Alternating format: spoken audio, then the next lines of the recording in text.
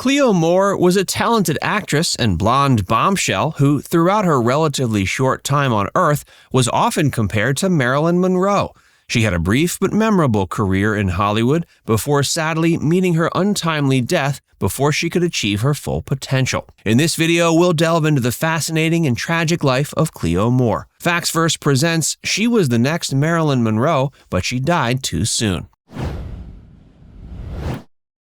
Cleo Moore was born Cleo Moore either on October 31, 1924 or October 25, 1923, depending on who you ask, in Baton Rouge, Louisiana.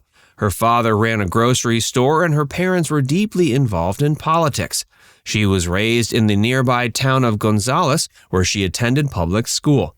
After graduating high school, she enrolled in a secretarial course at Pope's Commercial College in Baton Rouge, thinking a career path in that field might be her best option, but fate had different plans. She began her career as a model before making the transition to acting.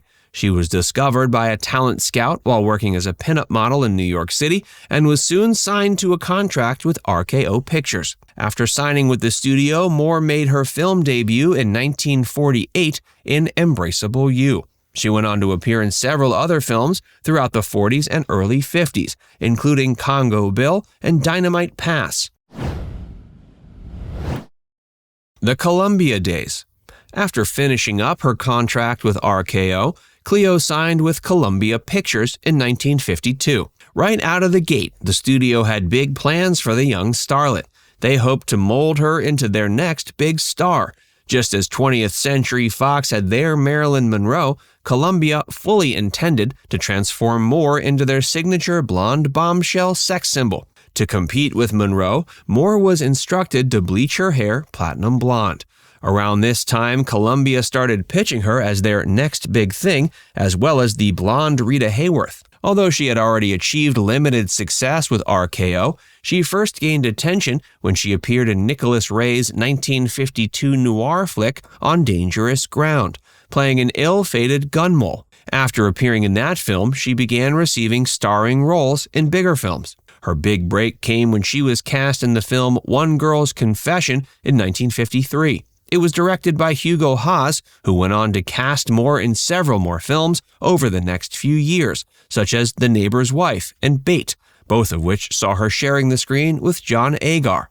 From there, Moore quickly became known for her stunning looks and natural talent, and soon became one of the most sought-after actresses in Hollywood. In 1954, she was given a starring role in The Other Woman. She played a B-film bit player who takes a vengeful swipe at her movie director after he declines an offer for her to star in his big feature film. Unfortunately, despite their once lofty plans for her, in the eyes of Columbia, Moore's career began to fade following the release of The Other Woman. Around this time, perhaps after seeing the writing on the wall, Columbia opted to sign another young, beautiful, and talented newcomer named Kim Novak. After signing her contract, Novak was then put through the same process that Moore went through just a couple of years prior, with the studio molding her to become their next big star.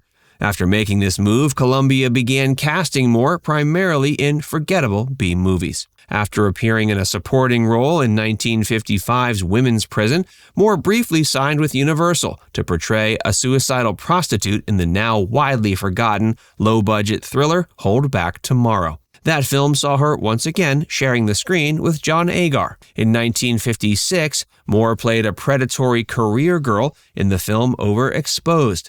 A year later, she made her final film appearance in Hit and Run. Having grown disillusioned by the industry and frustrated by studios and producers constantly giving her the runaround, Moore retired from acting following the release of that film. Nothing set her apart. During this particularly notorious era of 1950s Hollywood, Moore was just one of the many buxom blonde bombshells who managed to achieve a modicum of success. The most famous of which was obviously Marilyn Monroe, who opened the door for other stars like Jane Mansfield, Diana Doran, Mamie Van Doren, and Greta Thiessen to follow in her footsteps. While the idea of being molded into the next big thing was probably enticing for Moore, at least initially, she quickly learned she was essentially disposable. Beautiful blondes were a dime a dozen back in those days, and if she wanted to find that same degree of success that Monroe had found, she would have to have done something truly remarkable to set herself apart. Unfortunately, despite being a gifted and versatile actress, she lacked that it factor that really made her special in the eyes of the money and power-hungry studio execs that basically only saw her as a commodity. To be fair, they likely never really banked on her success in the first place. Yet again, to them, she was just another asset jingling around in their pockets. As many other stars who came before and after her experienced, Hollywood was a place that's completely content with luring you in, using you up, and spitting you out with no regards to your well-being after you've stopped generating a profit. They might make promises offering you gold, glitz, and glamour, but all they really offer for the vast majority of aspiring stars is a pipe dream. Goodbye, Hollywood. After retiring from acting, Cleo Moore found success in real estate. She became a savvy businesswoman and invested heavily in properties, particularly in Beverly Hills. Moore's passion for real estate earned her a reputation as one of the most successful female real estate developers of her time. As for her love life, Cleo Moore was married twice.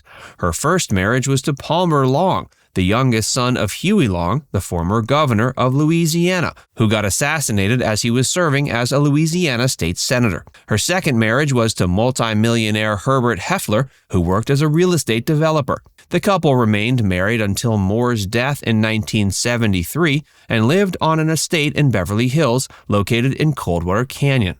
Despite her successful career and marriage, Cleo Moore never had any children. She focused her energy on real estate ventures and philanthropic activities. She passed away October 25, 1973.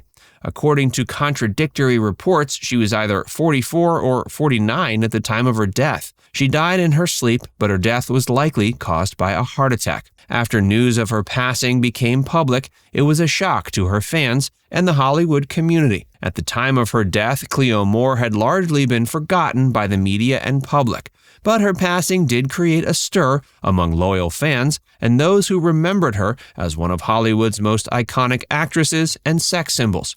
Despite her brief stint in Hollywood, Cleo Moore left an indelible mark on the industry and in the hearts of her fans. She left Hollywood behind after it failed to live up to her expectations, but she was certainly not the only actress of that era who grew disillusioned with Tinseltown's facade. Other blonde bombshells who retired from acting include Betty Hutton, who left Hollywood in the 50s after experiencing personal and professional setbacks, and Barbara Payton, whose career was cut short by personal struggles with addiction and a tumultuous personal life. Now it's time to hear from you. Did you know Cleo Moore was once molded by Columbia Pictures to be their next big thing, and she was going to be the studio's answer to Marilyn Monroe? Let us know in the comments section below.